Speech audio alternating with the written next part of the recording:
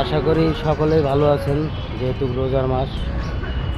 তো আমি যে সবসময় বলে থাকি যে গরিব হয়ে জন্মাটাই মনে হয় পাপ, আসলে কথাটা কিছুটা মিল আছে বলেই বলি। মাস শেষে যদি একটা কারো কাছে বিল নিতে আসি তাহলেও ঝামেলা।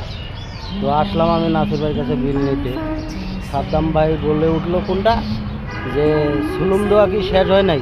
আচ্ছা আপনারাই বলেন, আমি রোজার মাসে রোজা রাইখা কি সুলুমটা ওনাকে দিলাম?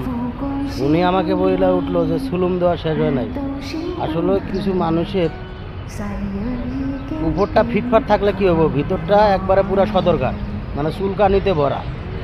মানে যে কোনো মানুষের দেখবো না, জিনিস দেখবো না, বাম হাত ঠেলা দিলেই বাসে। তো এই বাম হাত ঠেলাঠেলিটার থেকে একটু দূরে থাকবে, কথাটা বুঝেন নাই?